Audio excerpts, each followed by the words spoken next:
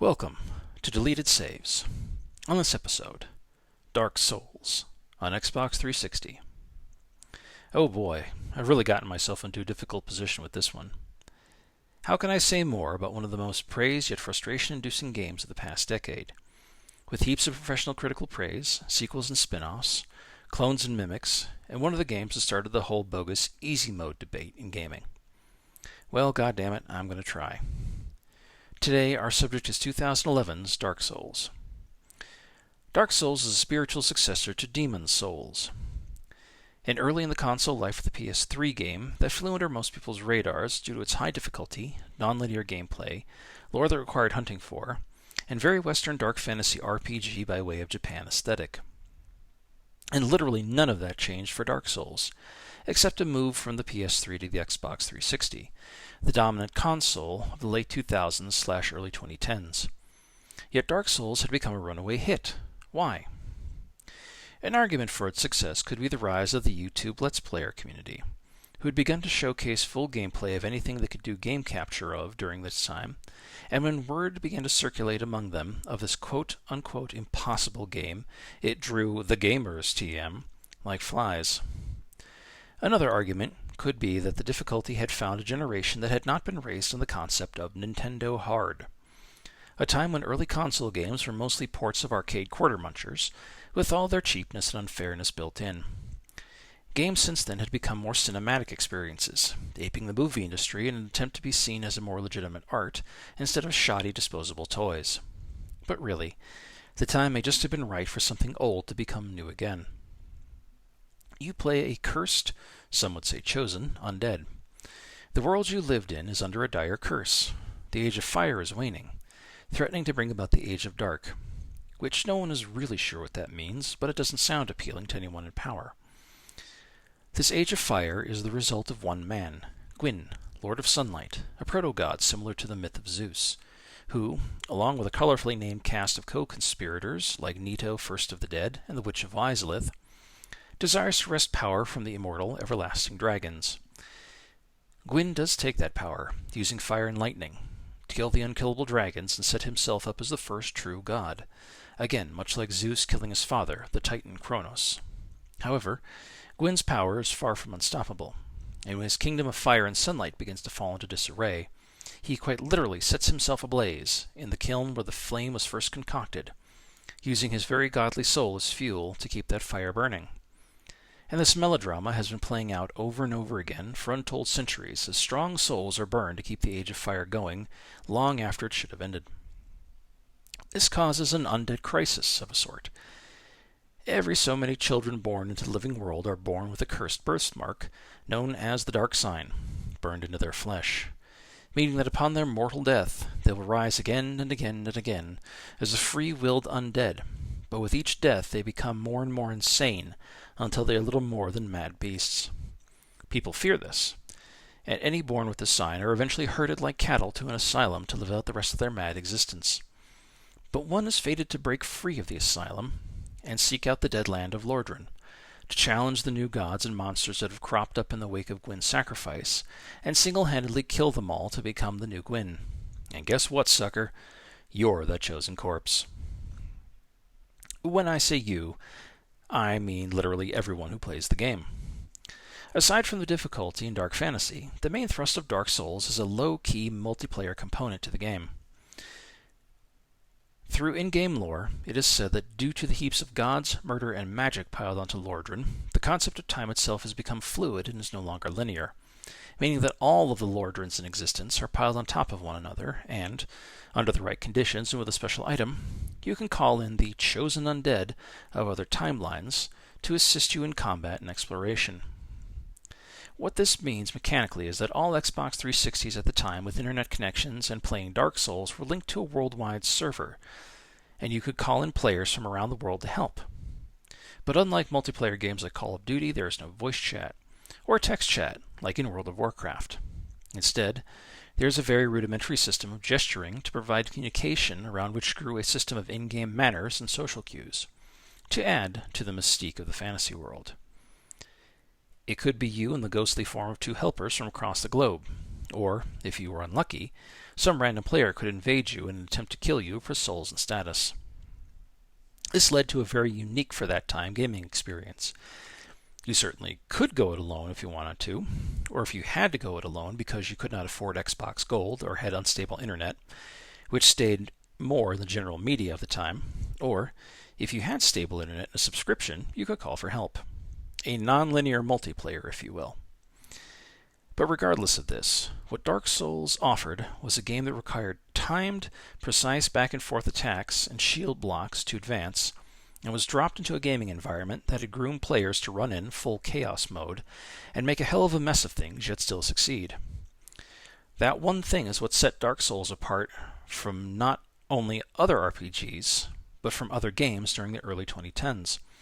If you ran in like an idiot and expected to be fine, you were in for a bad time. Many claim this to be unfair, but just as many claimed it was tough but fair. I agree with the latter of the two assessments. But through repeated deaths, you will advance through a plot that takes the concept of dark fantasy to the hilt. You will uncover a world of lies, where the popular lore is not truly correct. You will learn of multiple attempted assassinations of these new gods, madmen and madwomen in places of power, demons, dark magic, and hidden secrets that were hidden for a reason.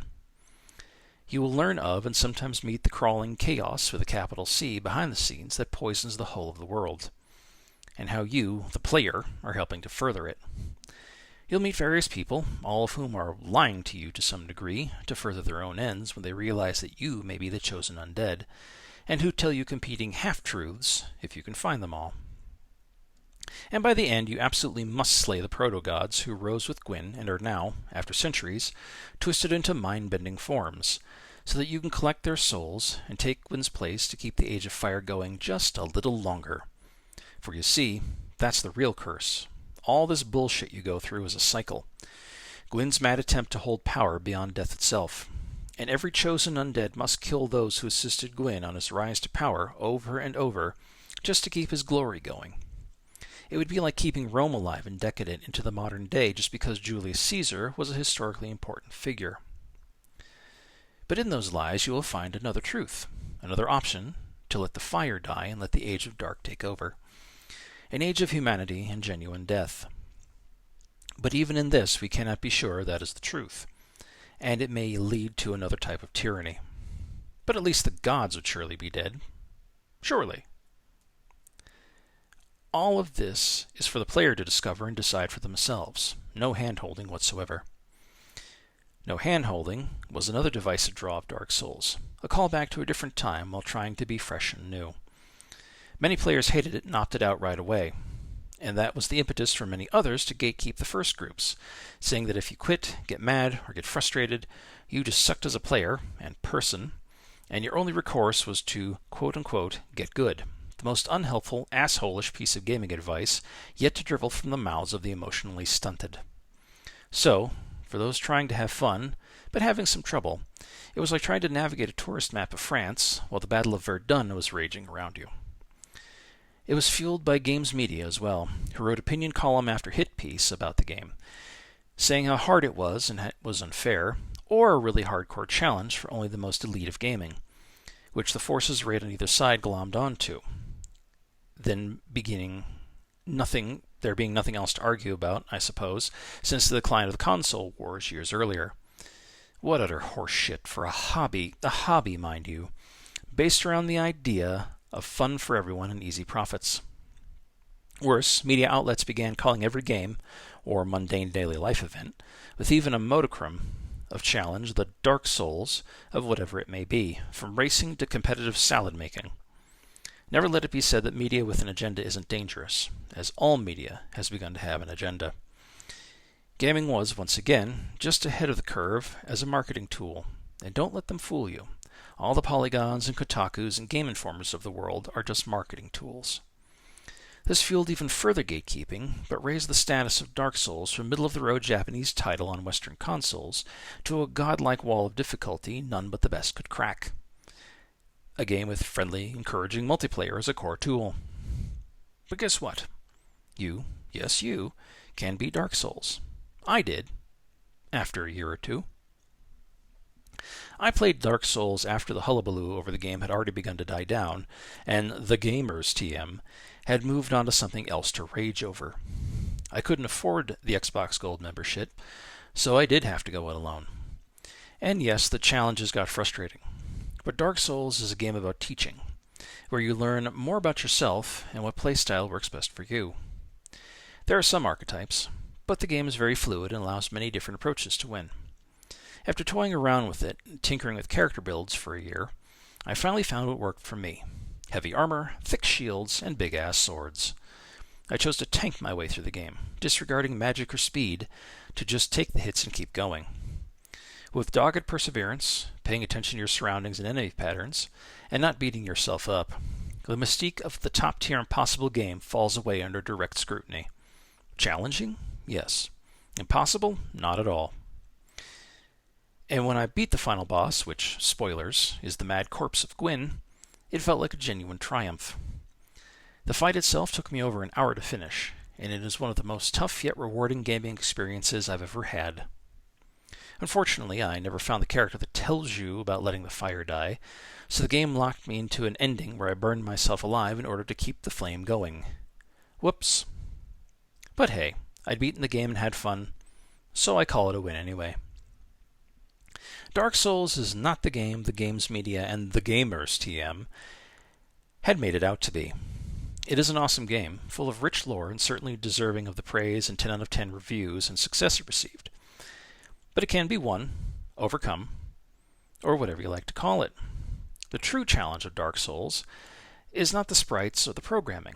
The real challenge is you, as a player, getting to figure out for yourself and deciding what you're willing to accept and what is fun for you. No game code can decide that for you. And if it's not for you, that's fine too. That's why there are so many games, as there should be. Something for everyone, not just the few who stake their identity on gaming. As a famous movie character once said, Dark Souls really shook the pillars of heaven, which is an apt description of what you are meant to do in the game. And I really do believe that this is a game everyone should try and is for everyone. If you stick with it is up to you. The fragile egos of the get-good crowd be damned. Yes, it is showing its age by this point, as games more than a decade old in the game sphere do, with advances in technology and tastes. But that does not mean it's bad. Just some of the player base is. Dark Souls may just be the most fun one can expect to have as a chosen undead in the course of ruining the world one way or another. Thank you for listening.